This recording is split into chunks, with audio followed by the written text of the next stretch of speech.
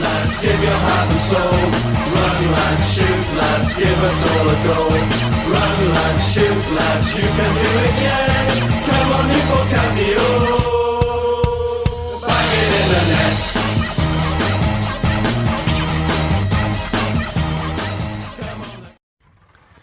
Hello everybody, welcome to Taff's Word. Now, I know I'm not in my usual location, and to be honest with you, the lack of Taff's Words is definitely on my mind on a daily basis, and time is a thing for me. It's being able to find the time to actually record one, and actually record it well. You know, there are times where I just don't feel in the right headspace after a busy working day, or I think, look, I just won't put out anything effective. Actually, I'm in the middle of my working day now, taking a little break, because I've been here, there and everywhere, and to be honest with you, we're talking about the day before the big meeting, the big vote, and to be honest with you, I want to put my 2 cents into this prior to the vote, because I don't know, I'm not saying that I'm going to overly try and influence the vote in any way. People are going to vote in whichever way they feel they want to. I'm just hoping that I can maybe offer a perspective to a few, you know, just a few things that maybe some people may not have thought of. Just some things, if people are on the fence, I may be able to offer them something that may bring them onto a side. You know, it's, you know, I wanted to give my views on what we could potentially look forward to with Hugh Jenkins, what the ramifications would be if we don't vote in favour of him. And whether it's worth, obviously, a lot of people who liked the thought of John Pratt and what he was offering, because they managed to hear him on the 1912 Exiles podcast. Just wanted to basically say, is it worth risking the club's future to push to another vote to move, you know, sort of remove the Hugh Jenkins bid? Just so we can put forward the John Pratt bid for vote instead. So, and the thing is, hopefully what we're going to hear tomorrow is the possibility of a collaboration between both bidders. You never know. You honestly never know. But personally, I think we are in a position where the trust ownership model is no longer fit for purpose for us. And it was only fit for purpose because of the cup runs. Now, I advocated for this back when we really needed it, and I'd advocated it back when the club was successful under it. So Flinney has moved on. A lot of the directors who've been involved in the past have moved on.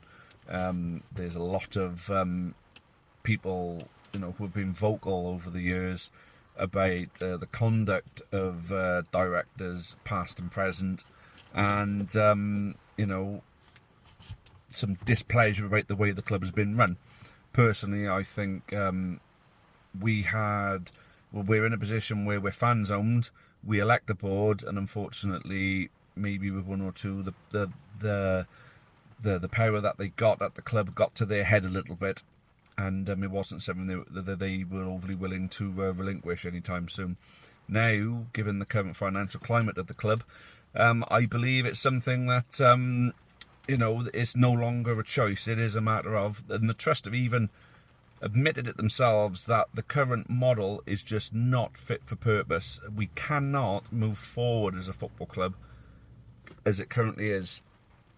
We need the right investors, and we need to start inviting them as quickly as possible, which is exactly what we've done, which is what's brought us to this vote now.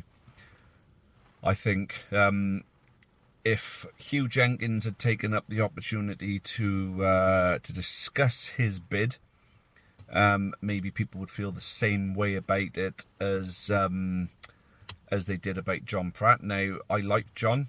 I really liked his podcast, and I actually sent him a message wishing him luck, and he'll have my vote if he is the preferred choice from the Supporters Trust.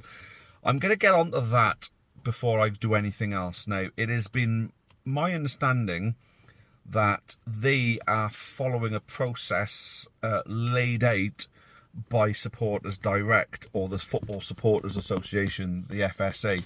Now, I don't know if there was a name change involved in this, but FSA possibly were Supporters Direct before, or whether they're both different bodies, I don't know. But what I know is that we've always followed procedure laid out by Supporters Direct, and this, I believe, is the standard supported practice for a supporter-owned club possibly selling on to an investor. So I wouldn't say I put my neck on the line as such, but I did put out there to people that, yeah, this is, people are slagging the board off for not allowing us to choose between the two bids, or at least understand in depth what the two bids were about. Now, they've had to make a choice, and I've always been of my belief that they are following a procedure laid out by Supporters Direct or the FSA. As it turns out, what they've done is they've come up with this themselves to a degree, and the process that they've put forward is supported by Supporters Direct for them to choose the preferred bidder. Now, to be honest with you, it would have been a very, very long night if we had to have 2 rounds of votes, and that was to choose which of the bids we preferred, and then to choose, right, okay, are we remaining trust-owned or are we accepting that bid?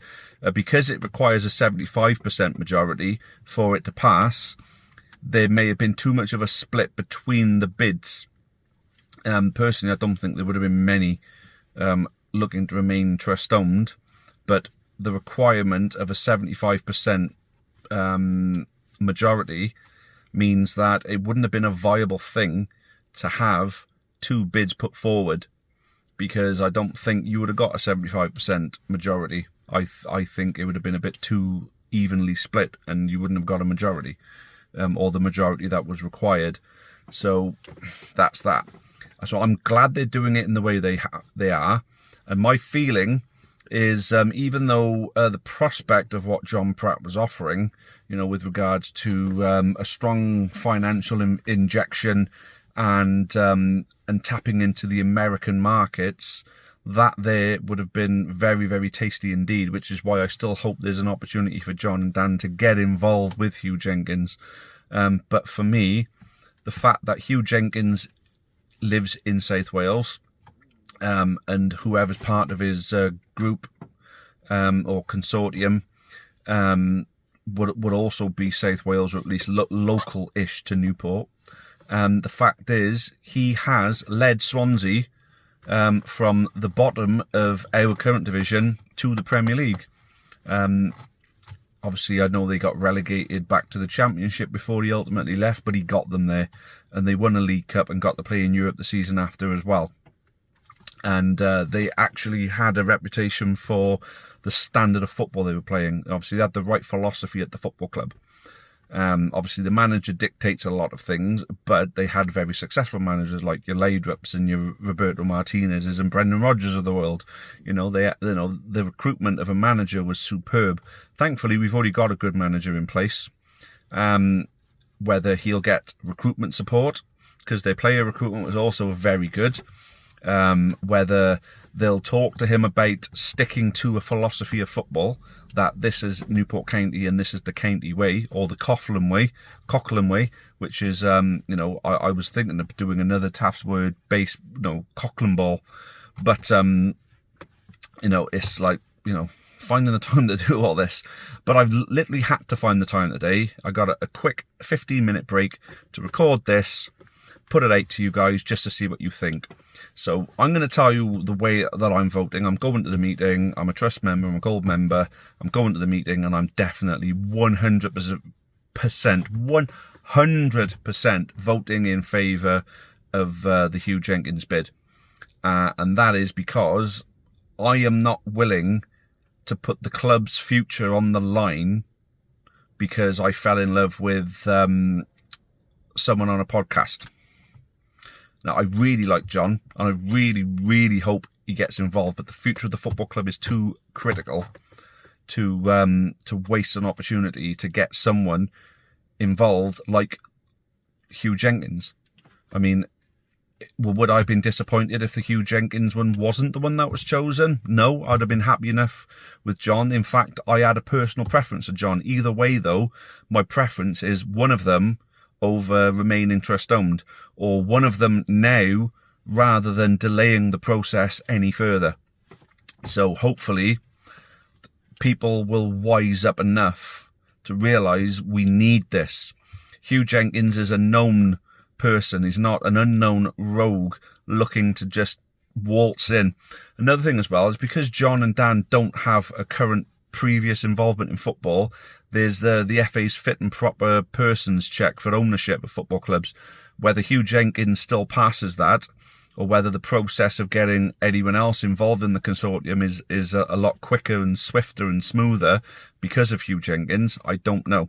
That could well have been a factor, because time could well be of the essence if we're looking to transition in time for the January transfer window, which could be a very crucial one for us. I mean, I wouldn't say the wheels have fallen off, but you know, we are noticing the cracks in the team a little bit more now after a promising start. So can't but think that January is going to be crucial for us and our future, but nothing more crucial for our future than what the vote is going to be tomorrow. So yeah, there's me hoping that everybody does the right thing for the football club and passes the vote. And I'm voting 100% Hugh Jenkins, and the thing that's going to secure it that even more, that bit more, is if they are open to inviting John Pratt and Dan to coming in and getting involved as well. So hopefully, yeah, we can put a nice blend of everything that has been put on the table for us, and you know, really thrive as a football club going forward. We'll see. But one thing I know is we have to dig out, instead of digging our way out of the hole that we're in, we're being offered rope. At the end of the day, we got to take that fucking rope and not say, no, I want the rope from him instead. That rope looks nicer to me. Just can't do it. You have to take what you can and get yourself out of that hole. And that's exactly what we got to do by voting Hugh Jenkins in tomorrow night. So for those of you going, I'll see you there. For those of you not going, but your trust members, I hope you manage to sort your proxy vote out in time so you can have your input. But let's see. Oh, and by the way, we just hit 5k subscribers today, so thank you everybody who subscribed recently. Thank you those who've been with us for previous to that as well. It's a very good day for us, so thank you very much. Cheerio for now, everybody, and always up the county.